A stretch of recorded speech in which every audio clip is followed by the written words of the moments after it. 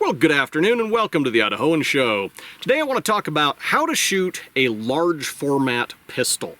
If you want to learn how to shoot a rifle, there's a lot of resources out there. There are standardized positions, whether it's Olympic standing or offhand or any of half a dozen sitting positions or prone positions, and all of them are documented in books and training videos and other resources that you can refer to, and there's a lot of strong opinions about which positions work best in certain circumstances. Similarly, if you want to learn how to shoot a traditional small format handgun, there's a pretty broad consensus that the right way to shoot a handgun is with a two-handed thumbs forward grip.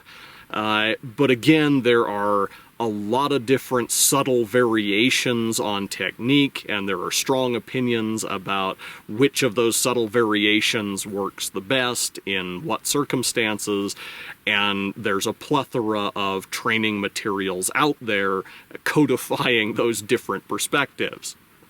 But when you get to a large format handgun like this, there's not really so much well-developed doctrine out there on how you're even supposed to hold the thing and shoot it. And I think that's really because large format pistols are something of a recent phenomenon. I mean, I'm sure this kind of thing in some form has been around for a long time, but it's only been in the last few years that we've really seen a surge in the popularity and in the availability of large format pistols, like the AR-15 pistols like this, as well as AK-47 pistols.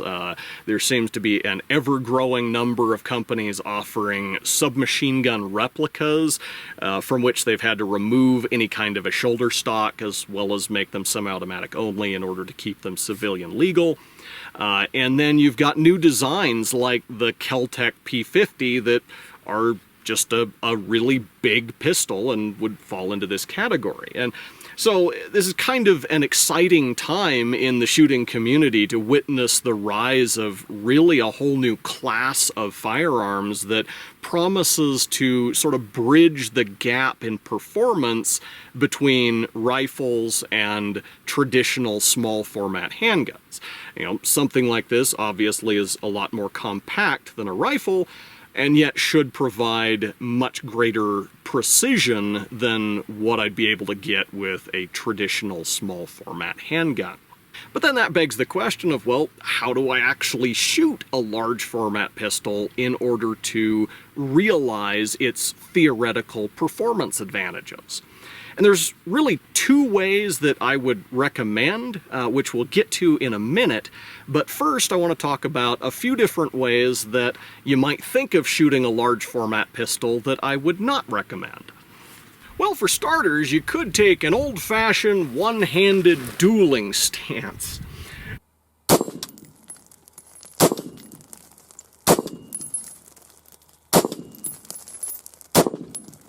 Now, this is doable. I tried it and was able to keep shots on an 8x11 sheet of paper at 25 yards, which is not horrible shooting for any gun used in that stance.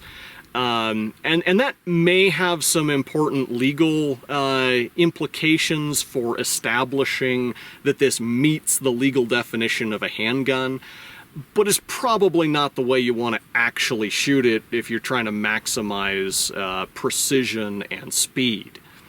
And I suppose you could try a thumbs forward grip like you would for a small format handgun. Again, I've tried this and it works a little bit better than the dueling stance, but not a whole lot. You could take a two-handed stance similar to how you'd hold a rifle, just without a stock, and just hold the gun out in front of you.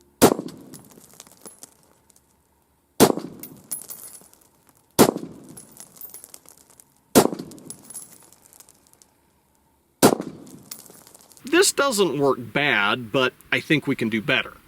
Of course, kind of along the same line of reasoning, you could just put a stock on it and then you'd have a short-barreled rifle that you could shoot like any other rifle.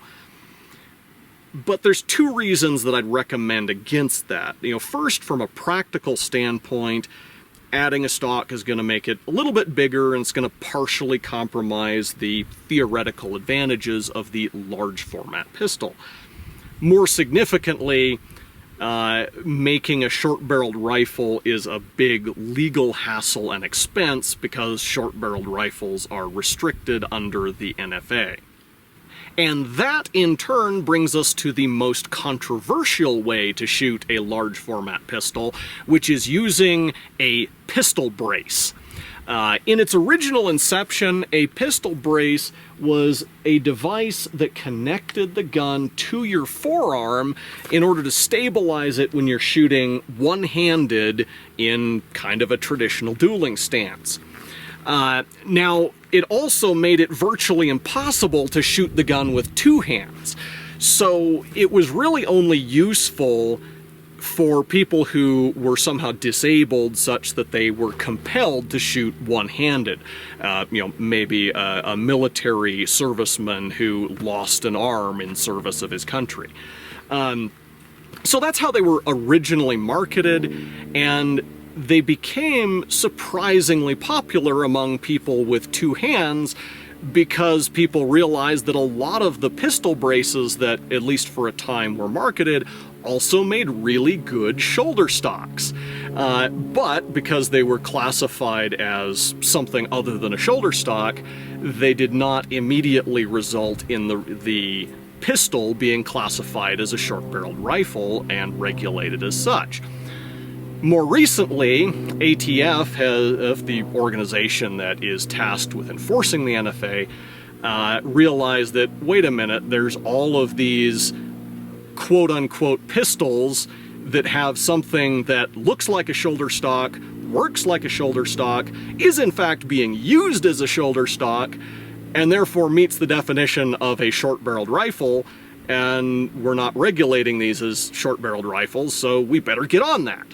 And they have tried to crack down on it, and there's been a big legal battle, not because anyone is really under the impression that these are not short-barreled rifles, but because there's really no good reason to regulate short-barreled rifles any differently than long-barreled rifles. And so, under the surface of the rhetoric, the legal battle is really about using the pistol brace fiasco as a vehicle to get the NFA amended or repealed, or at least block enforcement of provisions that never made any sense in the first place. So on the one hand, I'm not going to find fault with anybody for getting behind the pistol brace movement in hopes of effecting positive political change. And on the other hand, I'm not going to find fault with anybody who avoids pistol braces like the plague just because they want to make sure they stay out of jail. From a practical standpoint, I don't see much use for the pistol brace unless you're actually disabled or otherwise compelled to shoot one-handed, or perhaps you're filming an action movie and you want to dual-wield AR-15s, because admittedly, that would look really cool on camera, even though it would be totally impractical in practice.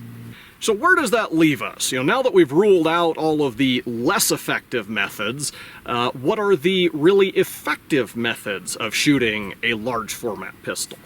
The first method is what's known as the cheek pistol technique. So to do this, of course, I'm going to take a regular firing grip with my right hand, and then I'm going to take my support hand and put my thumb on the bottom of the handguard and wrap my fingers around the top of the handguard, or in this case around the top of my scope because it's kind of in the way. I really set up my optics for the other method that I'm going to show you in a minute, but we can still make this work. So then I'm going to bring the receiver in until it touches my cheekbone, kind of right above my firing hand. And at this point, the gun should be canted at about a 30-degree angle from vertical. Now, in this case, like I said, my optics are really set up for the other technique, and so I can't quite see through my scope this way. So I'm going to slide the gun forward just a little bit so I can get my cheek down on the buffer tube, and now I can see through my scope. But ideally, you're supposed to have your cheek up on the receiver, and if your optics are set up for this method, then there's no problem there.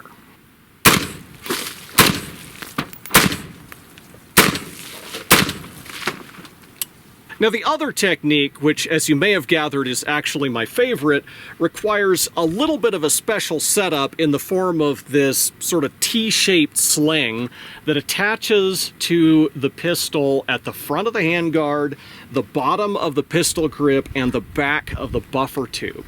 And what this allows me to do is, if I put my arm through the loop between the pistol grip and the buffer tube, and then pull the other loop over my head, I've got something where this loop just kind of keeps the other loop in place, and then the loop over my shoulder gives me something I can push out against to take kind of an inverted rifle position, where instead of pulling a rifle into my shoulder, I'm pushing the handgun out against sling tension that helps to stabilize it. And then, of course, if I get a cheek weld on the buffer tube, that gives me a very stable sight picture.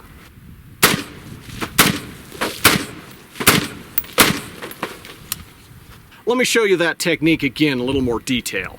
Most of the stances that have been developed for shooting rifles can be adapted to shooting a pistol with a stabilizing harness.